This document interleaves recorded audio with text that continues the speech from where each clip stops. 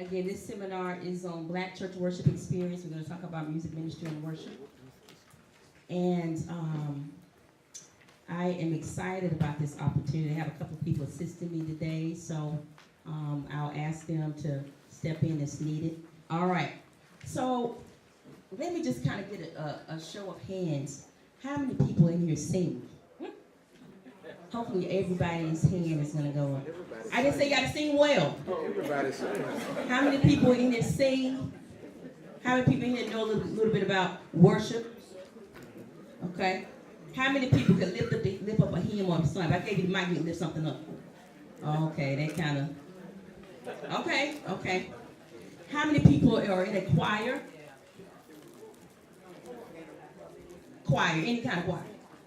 Church choir, community choir, you sing somewhere in the group. How many people are pastors? Okay. Deacons? Trustees? Okay. You have some kind of role where you're going to have to sing a hymn at some point, right? All right. If you just keep living, you're going to have to sing one at some point. So I'm going to talk to you. We have a lot to get to cover. So I'm going to need y'all to stay with me, and we're going to move through this thing as quickly as possible. Let me just introduce myself. My name is Toni, Arnold-McFarland. I won't read everything up there, but the hat I'm wearing today is music ministry consultant, strategist. Been doing music ministry for 20 years. Started out, Jesus Loves Me, 4 years old. My mother played, the rest is history. You do the math. And I sing, I write, play keyboards. Live right here in Raleigh. My husband's also named Toni. We both have the same name. And I'm a music director at Oak City Baptist Church. Reverend Dr. William T. Newkirk is in the room. Raise your hand, Pastor Newkirk. I've been knowing him for 10 years. And he's watched me grow. He's helped me grow. So I'm glad to have him here and help me with this opportunity. I also have a music group. So I work in the community doing that. Bless you in the group. I have a member here. I'm also an adjunct professor of research methodology at Eastern Carolina Christian College and Seminary, where we actually are in the process of launching a curriculum in African American worship. One thing that has allowed me to do is let God use those skill sets in the church. He has allowed me to learn the business world and take that to grow ministry. And we're going to use one of those tools today. Also, you see the rest of the things up there. I just got my Doctorate of Ministry in Creative Arts. My focus was African American worship from the Graduate Theological Foundation in Mishawaka, Indiana. So just a little bit about me. Now, this seminar is going to focus on how do we get from where we are to where we need to go. Okay? I'm not going to read everything on all the slides. Some of the slides I might not even go over because I have a lot. This presentation is available on a site called issuu.com. That's issuu.com. Actually, everything I'm going to go over today is on that website, issuu.com. If you go there, you can even go there on your phone right now if you want to, and search Gospel Music One Sound Project. We'll go over that in a minute, and I'll mention this again. But all the content that we're going to go over is going to be on that site. It's a site where people can publish things, and they can sell it or they can let it be free if they like. But we need to understand our past. We have to understand how we got to where we are, realize where we are, so we can plan for the future. Okay? And the Black church has a rich heritage that we often forget about. There are some things that are already obsolete. How many people remember note singing? See, I know something about that. I'm originally from South Carolina. See, there's a lot of hands that don't even know what that is. That's obsolete. That's something I wanted to learn to do, but a lot of the people that can do it are dead now. So this is what I see, the things that we're going to have to be concerned about. This is what we're going to cover today. We have to take a little bit of time to look at the historical landscape of African American worship.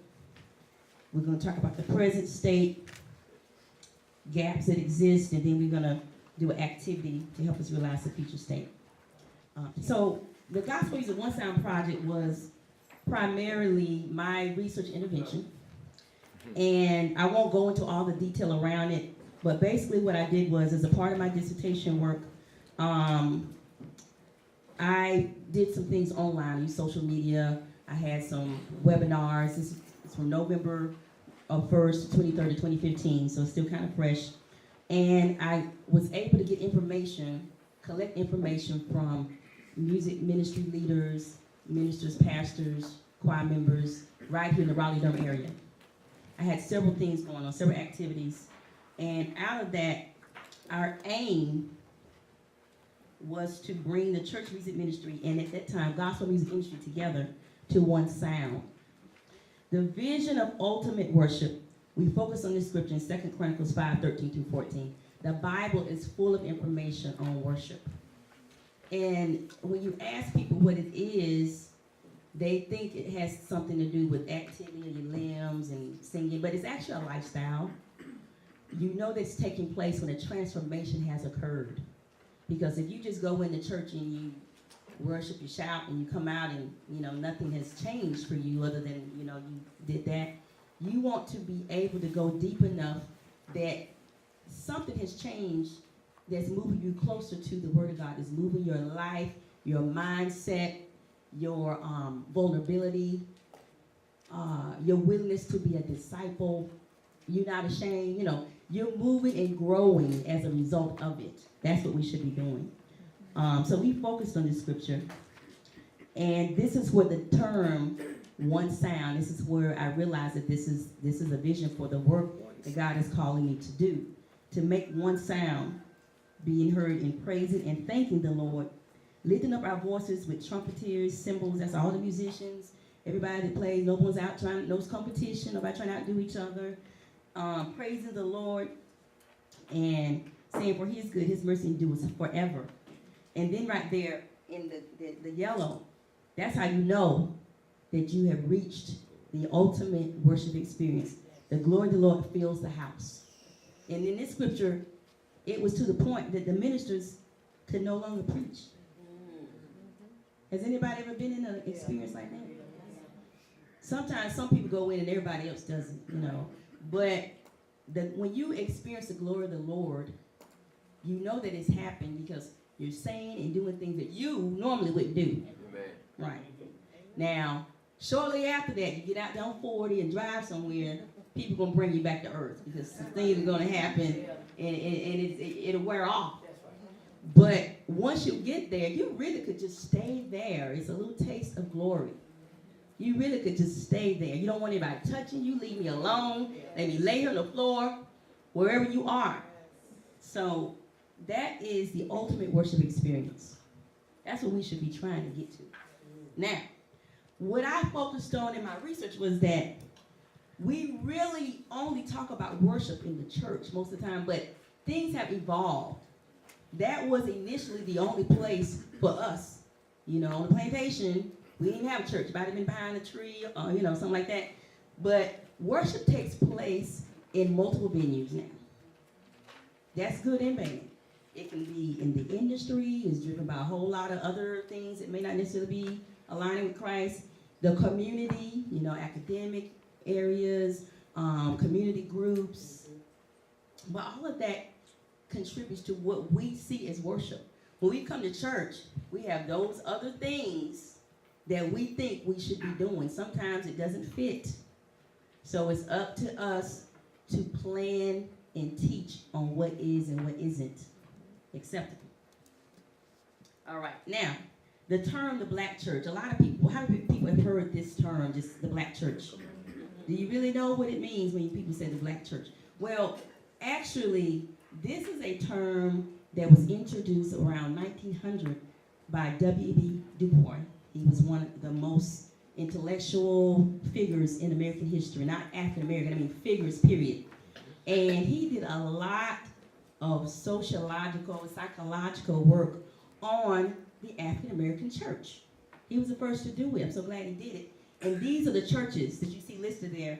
Those are the churches that were considered what he called the mainline churches. If he was in the black church, these are the churches that they're speaking of. This is where the research was focused on. So that term was introduced by him around 1900.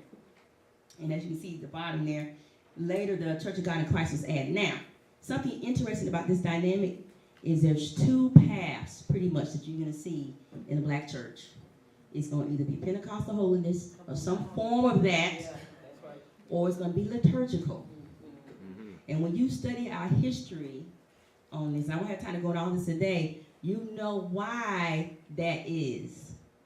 You'll know why we have these two paths that we have gravitated to. And I won't get all into African spirituality because it has a lot to do with the things that we brought with us that were suppressed. Some things we lost, some things we didn't give up. All right, this is just a definition of gospel music. Now, I focused on gospel music because that is the primary medium today of African American worship. You go to church, you're hearing gospel music. You won't hear him, but it's gonna be jazzed up. It's not gonna be like it's written in the book. We ain't even want to listen to it if we play it the way it's written in the book. We're gonna improvise it. You know, we're not gonna even read it. We're gonna hook it around a few times. So these are the components of gospel music, this definition. And basically, this was introduced by a few others, but I'll go ahead and say Thomas Dorsey because he kind of revolutionized it. But he was a blues pianist organist who was raised in church. Pastor was a church. Dad was a church a pastor, and he kind of coordinated Protestant hymns with what he was already playing in the clubs.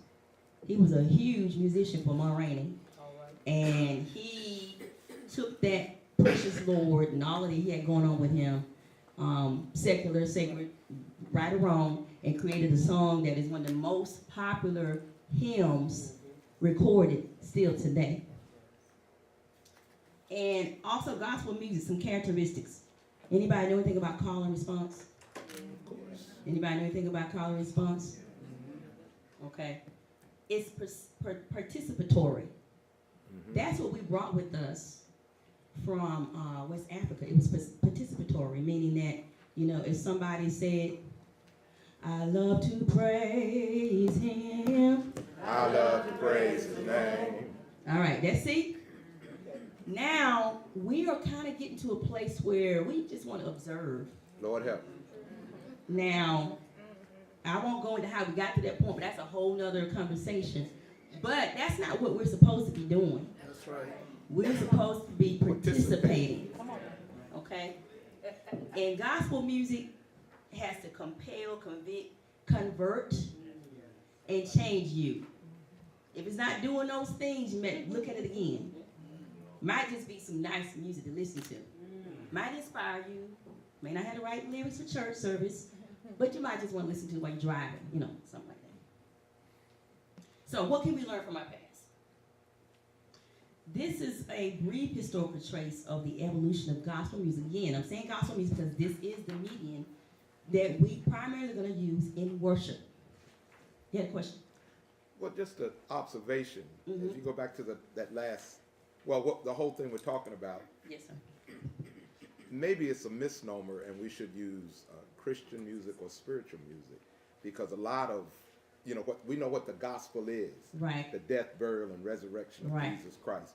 But a lot of the spiritual music we have now, and even the Christian music, does not make some reference there. Yes. And so, and what one phrase I really hate is gospel music industry, as if the gospel is supposed to be about industry, and it's not. It's about getting. And so that's a whole nother presentation. Yes, it is. On how we got to that point. I won't even go into that. We don't have enough time. But I will say this. We'll talk about it in timeline. Okay. We started out, as you can see, 1619 is when we first showed up in Jamestown. Just fresh off the ship. Virginia. We were singing what they call ditties and hollers. Anybody ever heard of that? Anybody from South Carolina? Alabama, Mississippi? You might know about it, maybe you don't know. Moans and groans, no words. See there? Moans and groans, no words. This is what spirituals initially sounded like. It's not the spirituals that we know of today, you know. So they were westernized. They were westernized by an instructor from Fisk University, so that they would be, I guess we could say, appealing to to Europeans. So they changed the chords, and that's what we call Negro spirituals there. But that's not really what they originally sounded like. But anyway, we started there, and sir, you're right. Those were spirituals, gospel music had not been birthed yet. Go into 1900, 1920. And just notice, what I have there in purple is what's happening socially for us. Wow. There is a parallel to the evolving African American worship experience based on what is happening socially. Does that make sense? Mm-hmm. Okay. And then gospel music, as we know it today, was not really birthed until the early 1930s. Around the time that the Harlem Renaissance was happening, which was a rebirth. We were doing things differently. And then that took us on into the next era here. The Golden Age really kind of propelled us because that's when we got into ensembles and quartet groups.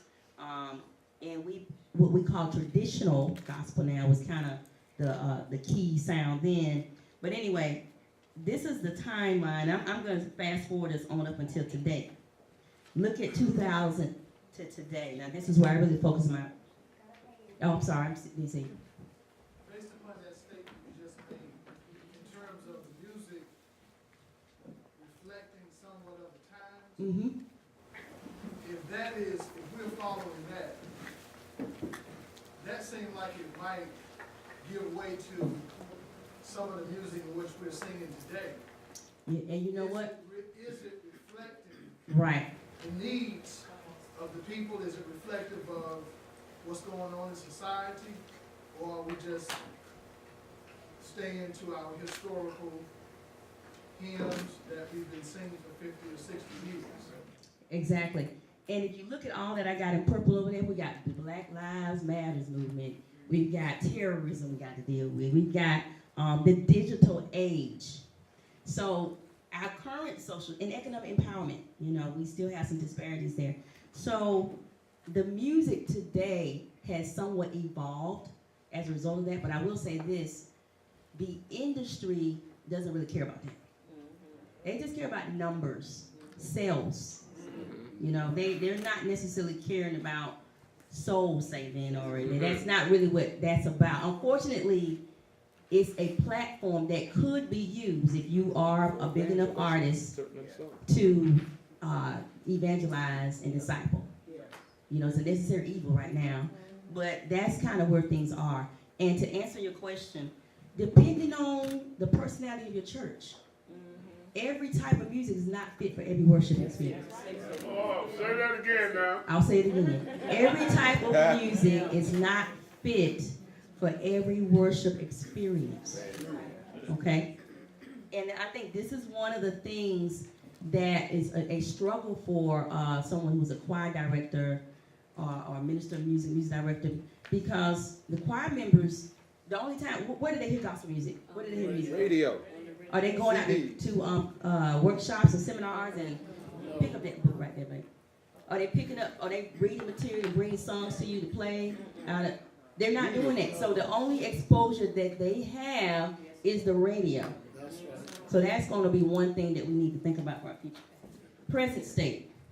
So what I did was, 2015, I collected a lot of information from surveys, Facebook discussion, interviews, and I compiled all of that. Hold up one of those right there. I only have a few of those. I put together a quick reference practical guide. I have a series of questions that came from about 30 music industry leaders, issues that they're having. This was anonymous. I don't even know who sent what. And put together solutions for those, scriptures where they apply, so that people can take that back to their churches. Now, again, this is available on issue.com. You can go there and view it. It's a free app. You can put it on your phone. You don't have to use the app if you don't want to. You can just look it on the website. But I have a few of those available for $10. Can y'all read that? Is it too small? All right. I can't even read because my contact is inside. I wasn't sure how I was going to look on the screen. But basically, I can read it from here. Just a summary of some of the things that people had issues with. Finding musical staff, being able to get rid of musical staff, getting the right people, the minister of music, director, staff, having a good relationship with the pastor. They need to be aligned, and that can create division. Lord If it's not. Lord. Some of y'all must know something about that. Oh, boy. Setting a budget, planning a budget, equipment needs. Since the digital age, you need musical, you need sound equipment. People live streaming. How many churches are live streaming? Raise your hand. The church on the internet live streaming. Make sure it sounds good when it comes across the other side, because that is raw, meaning that it hasn't been to a studio. It hasn't had a chance to be edited. Puts a lot more pressure on the music director because what you put out, you can't pull back. It's out there. So it's a whole other way of thinking. And you live stream, make sure the choir members aren't sleeping. Make sure they're not texting you. I mean, this introduces a whole other area of, it all shows of up, things we have to focus on. All right. There we go. And I'm just going to kind of go to some of the, okay, I can talk to these. So more recently, though, I went to some of my colleagues, 20 plus years in music ministry, and I said, let me add a few more things to this and see what are the concerns today. The top concern was talent in the choir. Yes, that's a big concern. That's like having a football team and everybody is third string. Whoa. Now, let me say this. Why is it a concern? The music that we're getting is really not that easy to sing anymore. Okay? It's ensembles who practice 12 hours and long time. Right. They're singing that. And it's not necessarily that easy to sing. So it needs a lot more preparation time, which means you need people that can catch it faster and they have more time to work on it. And they really cannot be in a lot of different ministries. They're going to have to kind of focus on and not overcommit themselves. So that is a big concern that people have. And then you got this other concern is that if you have choir members that have been through a organized music group, like they came through chorale in college or high school, when they get to church, they want to sing like that. That's what they're, you know, they have a skill set that's at a different level. So you need some space for them. Because the majority of your choir, unless you're somewhere where you have a large, you know, a congregation where you have a lot of people who have had a lot of experience, they're not going to be able to easily sing the songs that's on the radio today. Somebody tell me one favorite song. Anybody raise your hand. What's a favorite song? God is real. God is real? Okay. Okay, that's a I mean, we can handle that one. Something that's on the radio. Worth. Very hard to sing. It's a high key. Very hard to sing. Somebody else. Intentional. What's that? What's that one? One of these mornings by the cancer spirit. Oh, one of these mornings. We might be able to handle that one. Intentional. Intentional. Yes. Yeah. So the skill set that you have to have, which means some choir members need to be, I won't say selected, but that's really what you're going to have to start looking at that. That is scriptural. There were no volunteer choir members in the Levites. Okay? They were appointed because they were what? Anointed. So we're all a whole nother level of what we really are doing in church because it's volunteer right now.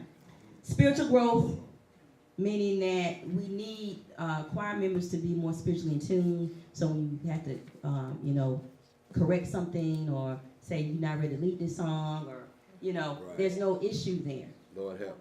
Question. Dr. McFarland, so should the leaders be selected or the whole choir members? It depends on what you're working with at your church. It depends on what you're working with. That's a safe answer. Another quick question.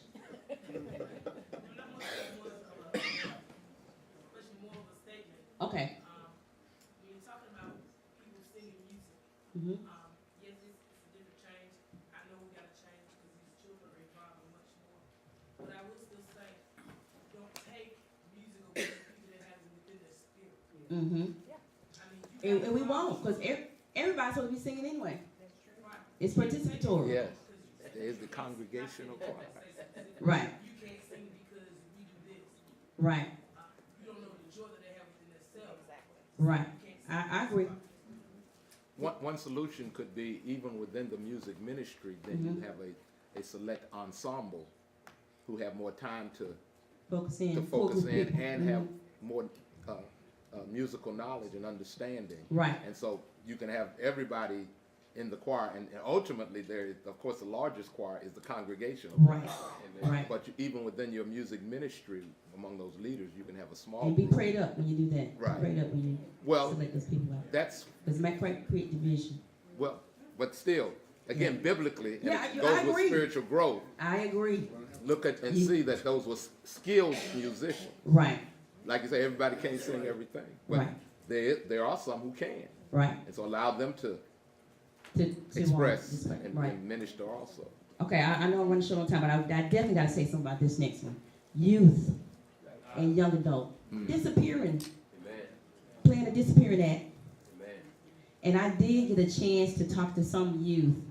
And one thing that a 17-year-old told me, we just want to be youthful. Yes. We want to express Christ in a youthful way. We don't really get to do that. Therefore, we're disappearing. So I just encourage you to take time to have dialogue. Dialogue. Don't wait for people to come to you. Don't wait for them. Ask them. They may have a lot on their mind. They may have a lot on their mind. Budget is always on the list. Budget. You got to plan in advance of what you want to happen. And this is very important. Strategy and vision. Taking time, to have that as you have a vision for your church, you need to have a vision for your music ministry and other ministries too. But you definitely have to plan for that one. I'm gonna have one quick question, then I'll move on. I just sort of get a feeling, the new music or the music that's coming to the future, especially when the younger generation is bringing music, are they taught like the older generation, they're constantly speaking, or if they're aware of what these surgeons are, that they choose music accordingly? Everybody, youth and adults need to do that too. Everybody, yeah. The younger generation, you want them to be a part of it. Right. You want them to be a part of the singing. Right. But there's things that, you need to communicate. So are they teaching them that they need to do that? Or are they just saying go out and? And that's for everybody, actually. I know some adults everybody needs to understand how that works, not just the youth. That's one of the problems. Okay. We're just saying, how do you Right. teach the kids when they do that? Y'all gonna make me run out of time.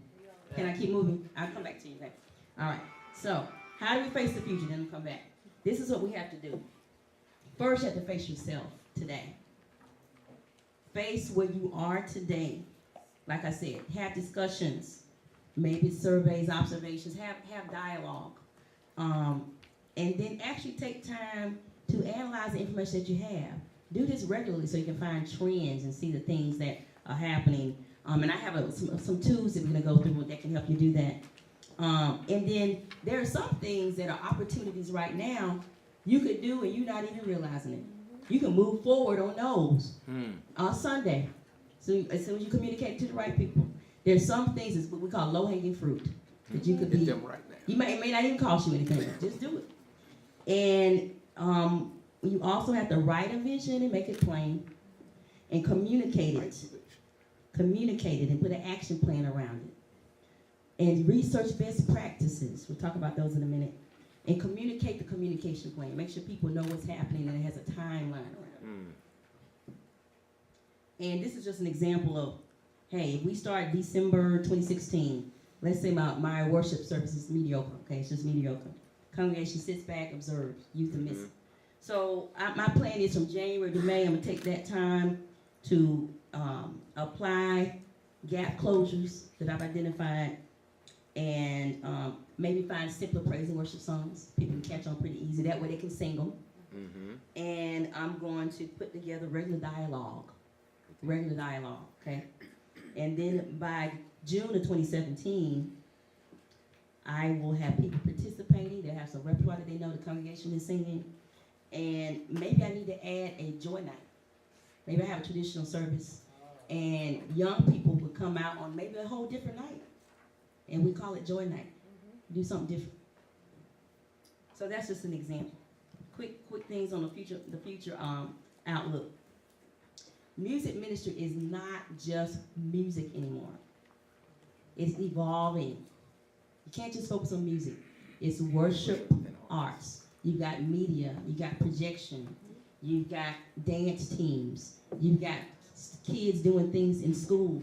They want to do it for Christ. Mm-hmm. You know, if it's decent, they want to do it for Christ. They want to play instruments sometime. You know, give them a space for it.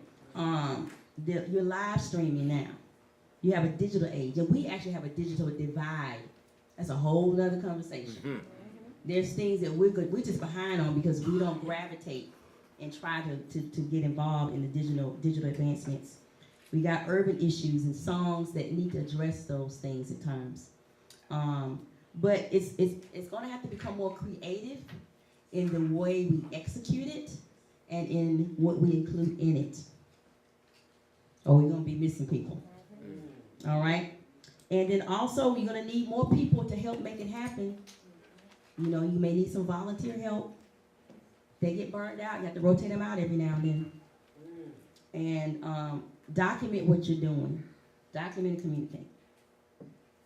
All right. The booklet that Tabitha was holding up, these are the areas that it covers. It covers these issues. It has short-term and long-term solutions for the things listed here that we've already talked about. And here's some of the resources that I mentioned. Issue.com is where you can go and type Gospel Music One Sound to see all the materials from the day. Hold up that book right there. This is a book, yeah, that one right there. That is called Readings in African American Church Music and Worship.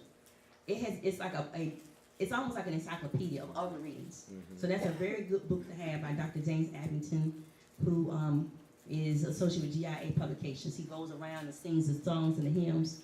There's a lot of new songs that are in the hymn books that people don't even know. How many people do total praises of hymn now? Well, it's in the hymn book. It's in the hymn book now. Yeah, I Love the Lord. It's a hymn now. So there's some new hymns out there that you could be using. All right, questions. Somebody had a question back there. Yes, I was going to say that maybe we'll get music confused with the gospel lyrics. We say gospel music, but you use the same instrument, but gospel lyrics is the thing that maybe a testimony that that person have been through that makes it a song. Right. And sometimes we look at the music and forget about the lyrics. Right.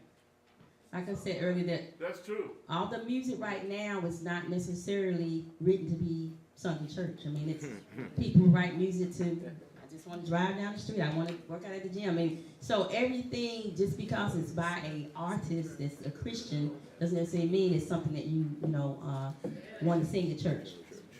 All right, so real quick, I'm gonna let me talk about this real quick, and I'll take a couple of questions. You have before you a template that looks like this. It says SWOT analysis. Pull that out, and I'm gonna walk you guys at least through one of these. But this is a tool that can help you, if you take the time to go through it, plan next steps for your music ministry. Pull together the right people. Pull together your strengths, your weaknesses, opportunities, and threats. And then put together an action plan to address those. Now, I said that in like 3 minutes, but it takes a little time to do. And actually take action on it. Put solutions together. You don't have to do everything that you come up with. If you just do 3 things in each one of those boxes, that would take you, I told y'all somebody from work was going to try to be session. That would take you a long way. All right. So I'm going to give you about 10 minutes to work on this.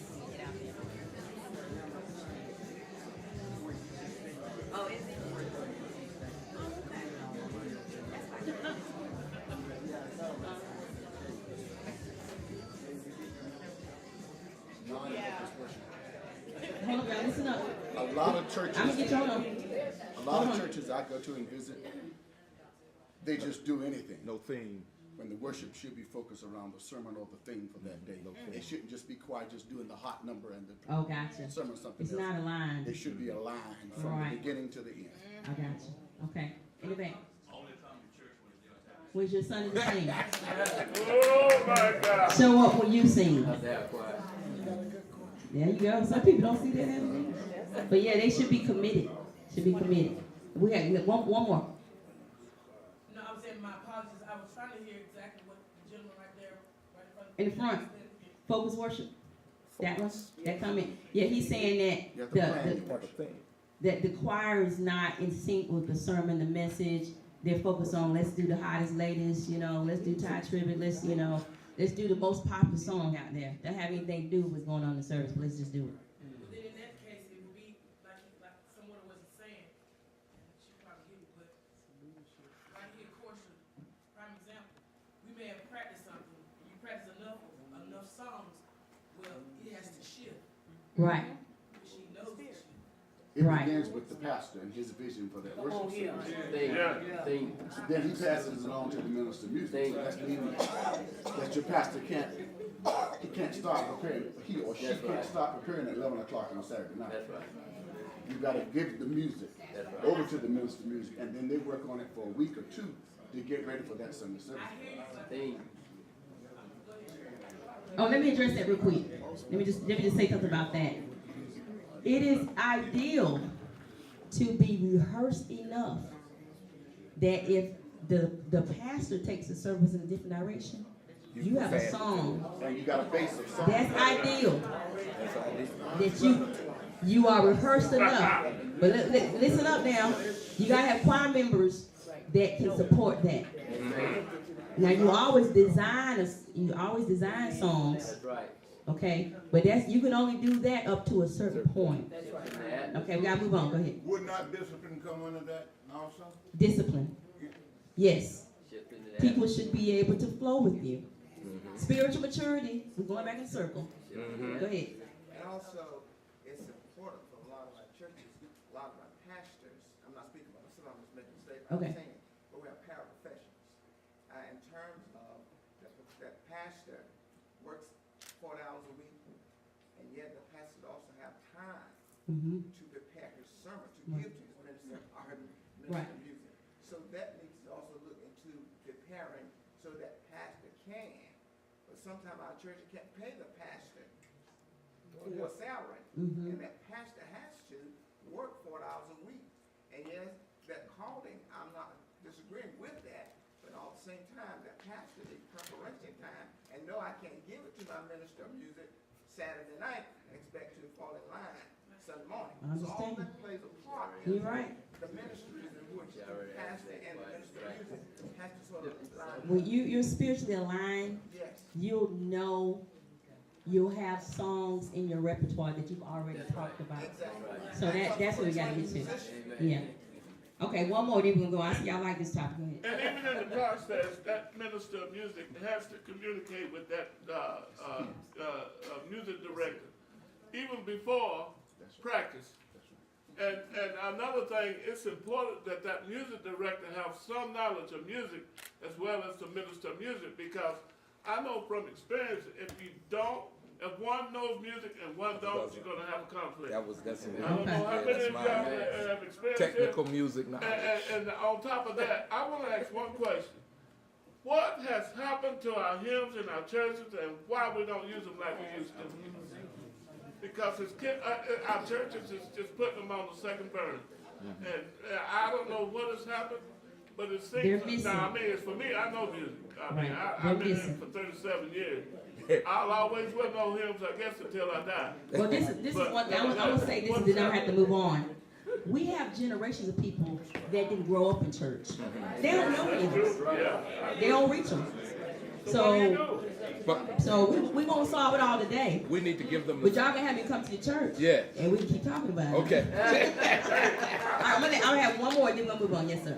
I guess to go with what everybody has been saying in that last part, I guess a weakness from what it sounds like across the board is understanding the spontaneity of worship. We don't do a good job of we're so stuck on traditional Routine. order Got a routine. that we are afraid To come out of. have those spontaneous moments where Right. the spirit may shift. Exactly. But like in the and I was a music major and a big band head. The band does not prepare 2 and 3 songs for the season. Right. You prepare About a 20. book That's Yeah. right. So that way, if a band is across and the band director hears them Right. play a march back, you That's go and right. play a march. Right. If you hear them play a crock song, you go and play a Right. crock song. But if You have a repertoire list, That's and, it. and that's all you do. yeah, You do your repertoire. Let me just say a couple of things about what you said. Spontaneity. When you remember earlier I said we have two paths that have happened. You got the liturgical and you got the Pentecostal holiness. That's right. So that's kind of a balance of, where are we at our church in that? So you have to be led by the pastor on what that needs to be. It's not up to you to just break out and start playing shout music because you feel like, I got to praise. I'm just going to start playing it. I mean, that's not up to you as a musician to break that in when you feel like it. Okay? Because you can play it well. That's not how that works. So there's a whole lot of maturity that has to happen to be excellent with that. I'm going to have to close this out because we're going to run out of time. But before I leave, I wanted to especially thank Reverend Dr. Haywood Gray. I haven't had a chance to meet him. We've been just over email. We haven't even talked over the phone, but we put all this together via email. Also, Reverend Dr. William T. Newkirk from Oak City, I mentioned earlier. That's where I've been, and he's actually just been so supportive of me in this journey. Mr. John Riddick right here, who's doing the video for me. He's actually helping me. He's coaching me on publishing a book off of the handout right there. So hopefully in 2017, I'll be able to, have that for you. I won't be having Mr. Stephen Ford's book. I have my own. And then my facilitation assistant, Tabitha Archibald right here. She has a lot of experience working with youth choirs. Yes. She sings in my group. I've watched Tabitha grow, and she's bad. That's all I can say. She's worked with Martin Luther King Children's Choir, so she knows how to get youth excited about Christ. She knows how to get them excited about Christ, so she'd be a good person to talk to about that. And here's my information. I don't have cards. I'm gonna let y'all use the digital age. Take a picture of it. Don't even write it down. Take a picture of it. Everybody got a cell phone. And if you want to text me, I will send you an e-card. We got to get across this digital divide, and we're gonna start today. Text me. Tell me your name, and I'm gonna send you an e-card if you just want a picture of it in your phone. Because this is how you got to move. We got to expedite things. It is an urgency. People need Christ. We got to be more urgent about it. It's an urgency.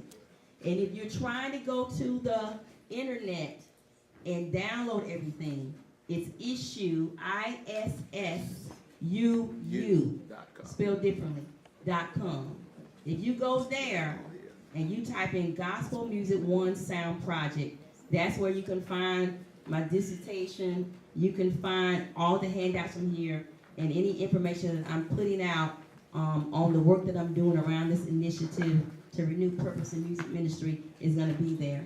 I'll take one final question. There was somebody, young lady in the red. Were you going to say something earlier? Oh, I just wanted to come in. Somebody threw me under the bus.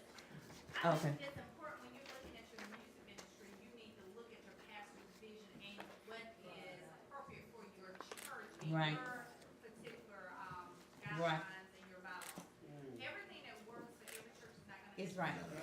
yeah. Right. And if you have a 100-voice choir, you could probably have that repertoire, but if you've got a smaller church with fewer members, you probably don't have as many people to pull from that. Right. And your foremost is your Holy Spirit. Right. Let the Spirit lead and guide you. Right. on your ministry. Exactly. And when you're in your service, it'll take control. So all of the logistics and the, it'll come. Open it up. I'm thinking, because I'm from a small church. Right. And I know some pastors don't don't give you their sermon 4 weeks ahead of time. Right. And who's to know when God is going to lead that pastor in a different Right. direction. Right. Move with 'em. That's right. So everybody's not going to have the opportunity, but you need to let the Spirit guide you in what you're doing. And just me and my pastor, he can look at me, and I know where he's going, and I'm going there with him. But you got to have that discernment Right. and that relationship Right. with God and your pastor and your minister of music and everything else will fall in line. Right. And if you are prepared, you're technically prepared, you can go with it. But if you don't know your part, you might be a little scared. But if you are technically prepared, you can go where you need to go. Your faith will take you there. You will let the Spirit lead you there. You won't be afraid to do it. you can follow what needs to happen at that time and at that moment. That's a very good comment. Thank you for that, sister. Can I say one more thing right quick? Sure, right quick. I want to say this. I don't know how y'all feel about it, but I think if you're going to be a choir member, you need to come to Bible school and training unit or whatever you have. Bible study. Mm-hmm. Bible study, Sunday school. Right. You're right. The spiritual maturity touches a lot. The conversation we was just having, that's about maturity. Yes, it is. Choir members, and well, let me just say this one last thing. When you get new people in the church, don't throw them in the choir so fast. See where they are spiritually, because you really need to be spiritually mature to deliver music effectively. Oh my goodness. Okay, you got to be able to take correction. You got to be able to be humble. You got to be able to listen. You got to make time to study. You got to make a lot of sacrifices.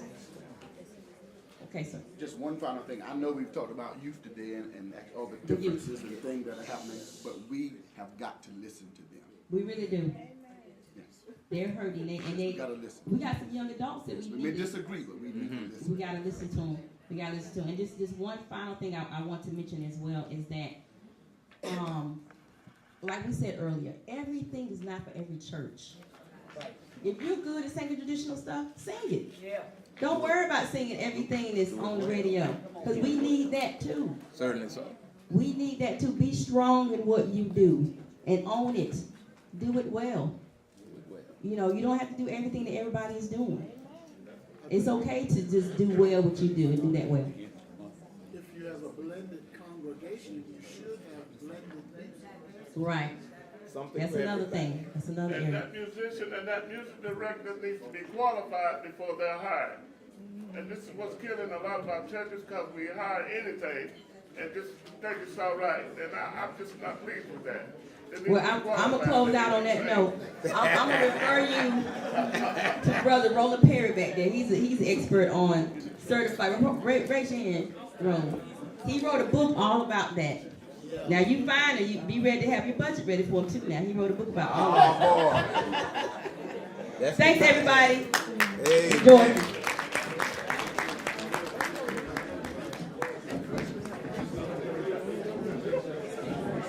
Where is that? Okay. What church is it? First Baptist Clinton.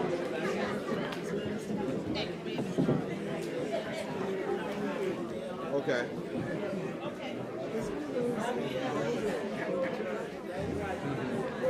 But if you don't grow some new sheep,